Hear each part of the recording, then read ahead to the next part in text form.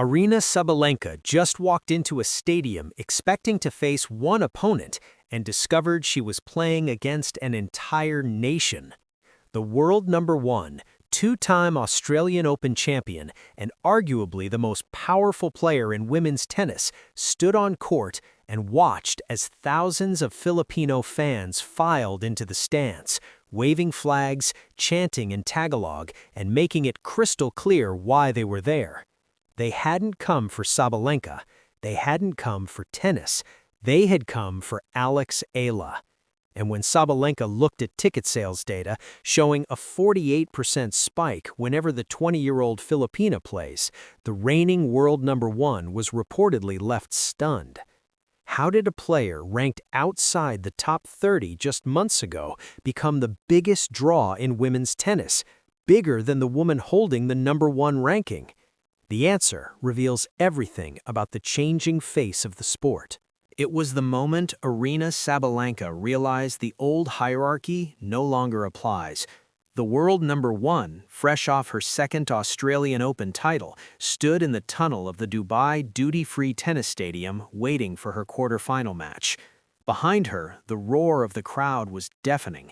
But the roar wasn't for her, it was for Alex Eala. Sabalenka had heard about the phenomenon. She'd seen the social media clips.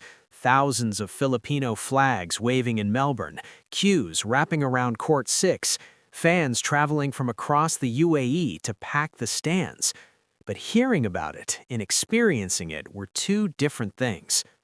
The numbers, when they came out, were staggering.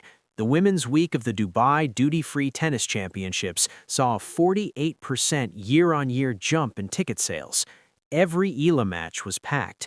The two semifinals, featuring some of the best players in the world, didn't draw the same crowds. The final had a full house, sure, but Eala's matches were massive. Those were the tickets everyone wanted. Hani El Kafif has been officiating at the Dubai tournament for more than 3 decades. He's seen Federer, Nadal, Djokovic, Agassi, the Williams sisters.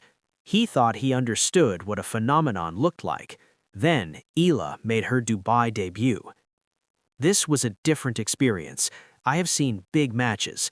I've seen Federer, Djokovic, Nadal, and Agassi.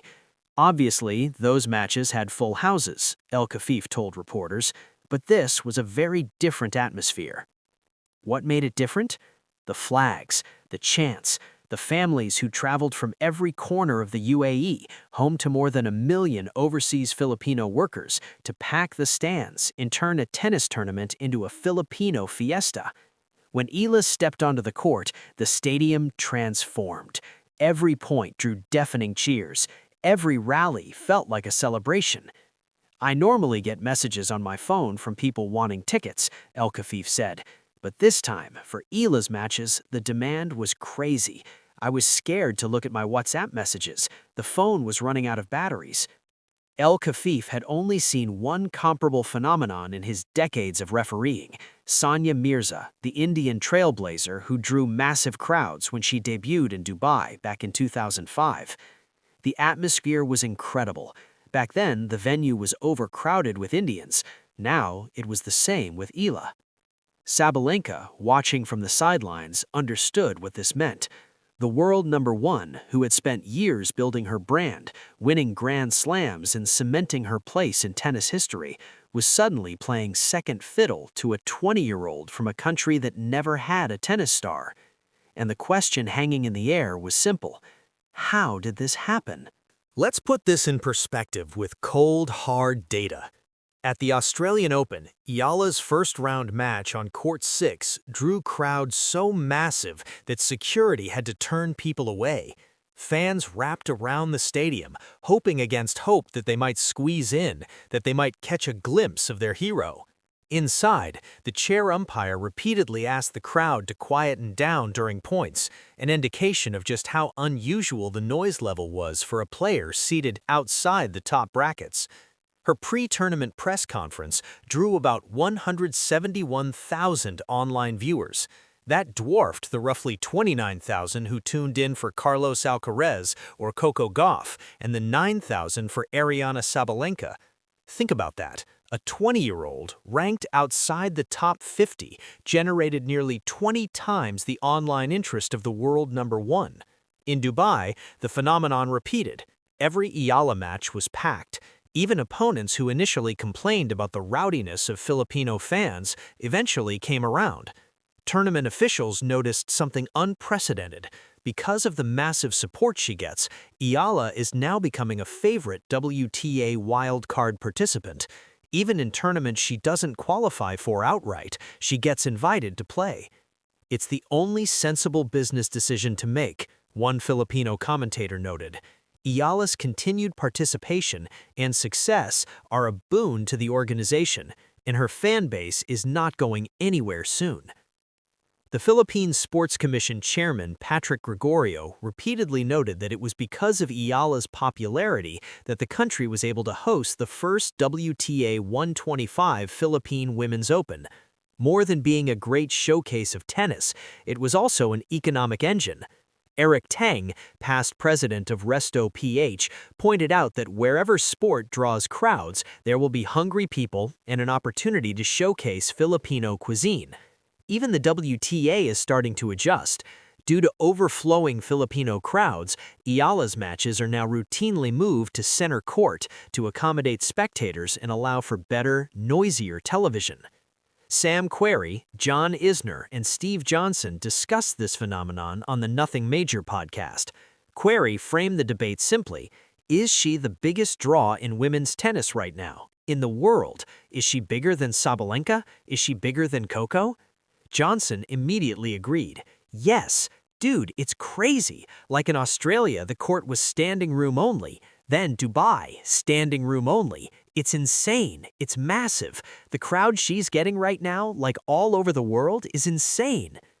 Isner highlighted the commercial side, calling the Philippines a huge market many in tennis had underestimated, and stressing that fans finally have a star on the women's side of the game. Querrey added a final thought. She's already been on the cover of Vogue, and she's playing well right now too. This is like if she wins a slam, it would be like one of the biggest things in the world. And through it all, Sabalenka watches from her throne, wondering how a player who has never beaten her commands crowds she can only dream of. Let's be honest about something. Aryna Sabalenka is one of the greatest tennis players on the planet. Two-time Australian Open champion, world number one. A player whose power can blow opponents off the court. She has earned every bit of recognition she's received.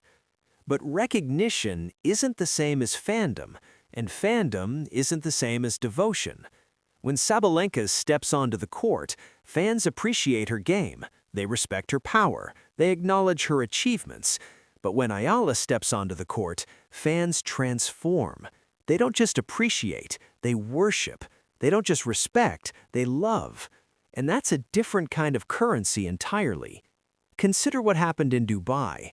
Jessica Pegula, who won the tournament, acknowledged the phenomenon directly. We saw it here. You can hear it from the hotel. You can hear the crowd roaring at night. It's incredible. Pegula also praised Eala's maturity. The way she's been able to pack stadiums and the way her country supports her is something special. She handles it so maturely, with such grace. She seems so appreciative of all the support she gets. Even Novak Djokovic weighed in at the Australian Open.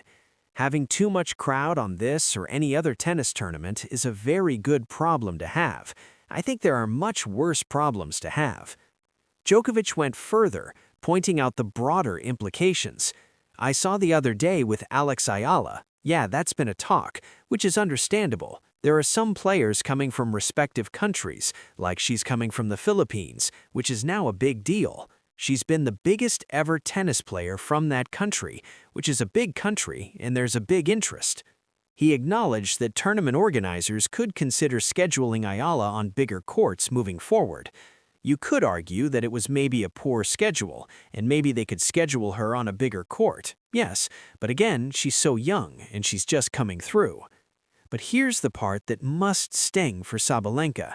The discussion isn't about whether Eala deserves bigger courts because of her ranking. It's about whether she deserves bigger courts because of her fans.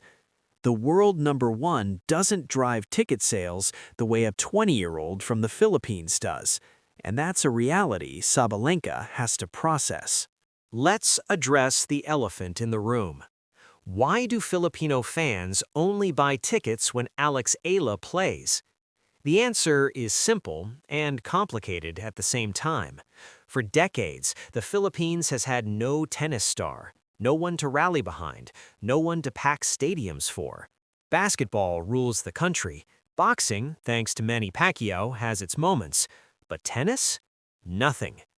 Then came Eala, a left-handed Filipina who trained at the Rafael Nadal Academy, who speaks with maturity beyond her years, who carries herself with grace and humility. She's not just a tennis player, she's proof that Filipinos can compete on the world's biggest stages. And when that happens, when a nation that never had a star finally gets one, the response isn't casual, it's devotional. Kate Reyes, who has covered Eala's rise for the Filipino sport website, discussed this on the BBC. She talked about why Eala has found such popularity with the public and what her success could mean for the future of tennis in the Philippines. Ben Rothenberg, editor of the tennis magazine Bounces, has called Eala the most popular player in tennis right now. But here's where the controversy lives. Some opponents, like Jasmine Paolini, who lost to Eala in Dubai, have complained about the rowdiness of Filipino fans at courtside, the noise, the cheering during points, the relentless energy that makes playing against Eala feel like playing in Manila, no matter what city you're actually in. The response from Filipino commentators? Get used to it. Because here's the truth. Ticket sales soar whenever Eala plays. The WTA knows this. Tournament directors know this. And in a sport that's always looking for new markets, new fans, new revenue streams, Eala is gold. If this keeps up, the WTA will have to keep adjusting, one commentator noted. It's the only sensible business decision to make. Eala's continued participation and success are a boon to the organization, and her fan base is not going anywhere soon. So when Sabalenka looks at the stands and sees thousands of Filipino flags instead of Belarusian ones, she has to ask herself a question. Is this a threat, or is this the future? The smart money says future. Through all the chaos, through all the record-breaking ticket sales and packed stadiums and viral moments, Alex Eala remains remarkably grounded. I'm nowhere near the leagues of the greats. Djokovic, Sabalenka, Alcaraz, Eala said after her Australian Open match. I have so much respect for them. She added that she prefers to see her following not as proof of achievement, but as a responsibility. I like to think that I have a following for a reason. I like to think that the impact that I've had and the platform that I've built has a positive effect on a certain demographic. When asked about comparisons to Manny Pacquiao, the boxing icon whose fights once brought the entire country to a standstill, Eala was quick to play them down. Pacquiao was on a different level, she said in Filipino. When Manny had a fight, the whole family would be together at home. There's lechon and popcorn. I think I'm still a bit far behind. But here's what Eala understands that maybe Sabalenka doesn't. The devotion of Filipino fans isn't about ranking points. It's about representation. It's about a country of 115 million people finally seeing themselves on the world stage. I always make it a point to be grateful, Eala said. Coming from where I come from, I've seen some serious poverty. I've seen serious struggle.